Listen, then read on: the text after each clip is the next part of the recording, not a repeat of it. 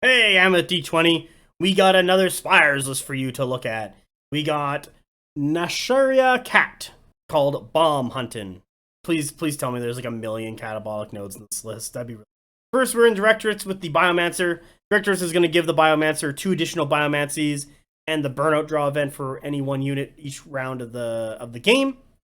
The 2 additional Biomancies are an auto rally, and the other one is turn turn a weight class on something into a medium so they can score.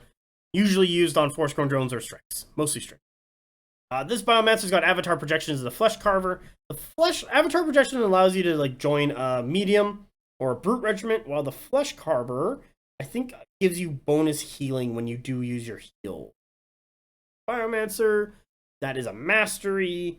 Master Flesh Car. Yeah, here we go. When a friendly regiment receives any heal from this character, stand increase the healing effect by. Sweet, more heals.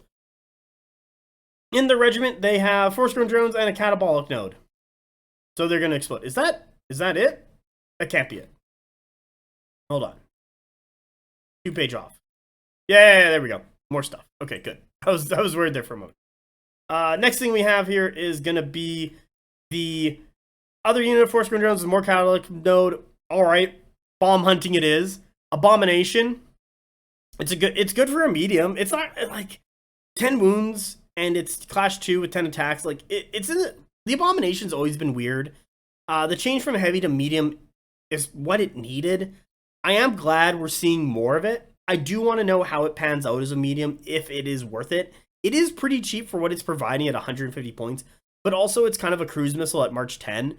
So once it gets there, it should be doing, clash 3, flurry, do a bunch of wounds with kind of classic cleave 1, impact, terrifying, unstoppable, and then even with defense 3 and resolve 4, a little bit of cleave kind of kills this thing because it's only 10 wounds. But if you can cruise missile into something, it'll be really well. Then we got 5 stands of Incarnate Sentinels. This is where the Avatar Projection comes from, to sit in the Incarnate Sentinels to also heal it up. The issue with Incarnate Sentinels not having a Lineage Highborn as their leader or character attachment is that they don't gain access to the 3 mutations: Cascading Generation, Aromantic Overdrive, and the +1 Resolve one, but I forget what it's called. Cascading Degeneration is give Aura of Death to the regiment. The +1 Resolve from going up to the character is going to go from Resolve 4 to 5, and then now the Incarnate Sentinels are going to be basically immune to Resolve damage. And then lastly, the Ferromantic Overdrive is the big one because it's a draw event on the character, what will give the regiment another clash, another volley, or a march or a charge. This is traditionally used to march the regiment forward, then entourage to then charge clash something. Or if you're lucky, your opponent has ran into you, and you can just charge something, clash it, kill it. Or even weirdly enough, sometimes you can march, charge, kill on the impacts, weirdly enough, and then draw event into another charge. Like, there's some dumb shit you can do with it. It's always good and something you have to be worried about. However, because of the lack of it and the Biomancer going in the Incarnate Sentinels, their opponents don't have to worry about the extended threat range of the Incarnate Sentinels. Another weakness of Incarnate Sentinels is that they're susceptible to cleave. They don't have, any harden. They have low evasion to evasion 1. Their base stat line of being R3. They are now susceptible to resolve. The Biomancer is also resolve 3, so he's not granting them a bonus that way. They are 6 wounds though, so they are a bit of work to kill, but not maximizing them mean they're just going to die faster, especially into people who've played against the bigger, more beefier block. This one's just going to die faster, even with the additional heals from the Biomancer himself. And that gets us into our next warband.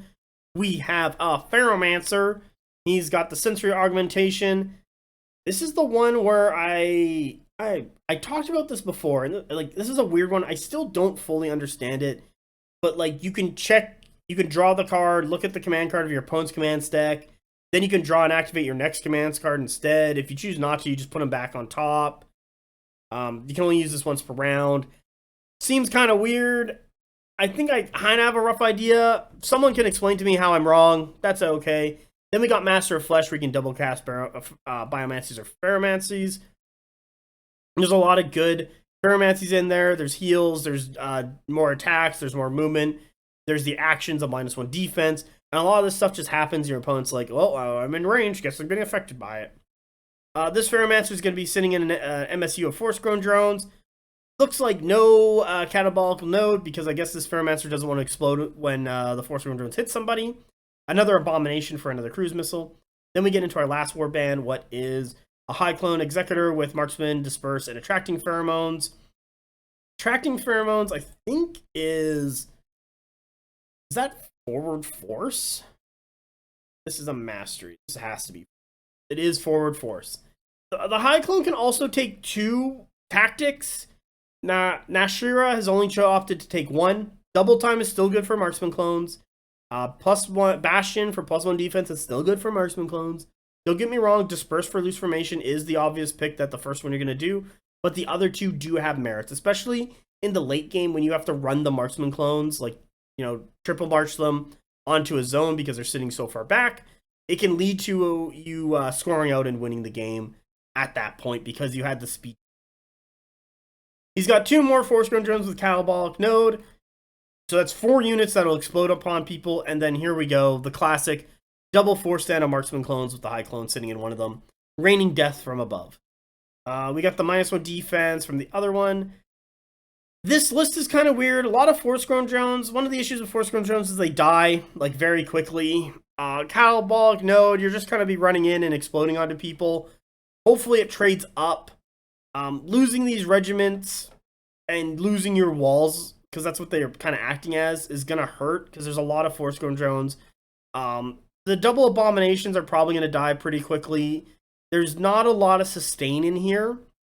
Yes, you do have healing from the Biomancer and the Ferromancer, but because of how quick Force Grown drones die and they're your primary unit, especially exploding them with catabolic node, there's going to be a lot of space freed up for your opponent to kind of march in once they weather the storm. Kill your juicy bits like the Incarnate Sentinels, bog them down, get into the Marksman clones, bog them down, stop them from shooting and killing them. So to me, this is more of like a meme list with with spamming catabolic node, doing a ton of work. Should be fun. I don't think it's going to do really well. Probably going to win, I would say for sure it's going to win a game or 2. But I don't see it winning the event. But I do for sure know it's going to be a lot of fun. Bomb hunting does sound like a fun idea. I would like to know how this player does, how their games go, because just exploding upon people is just always fun. And I can't fault them from doing that. And I hope they have a blast doing it. Let's get on to the next list.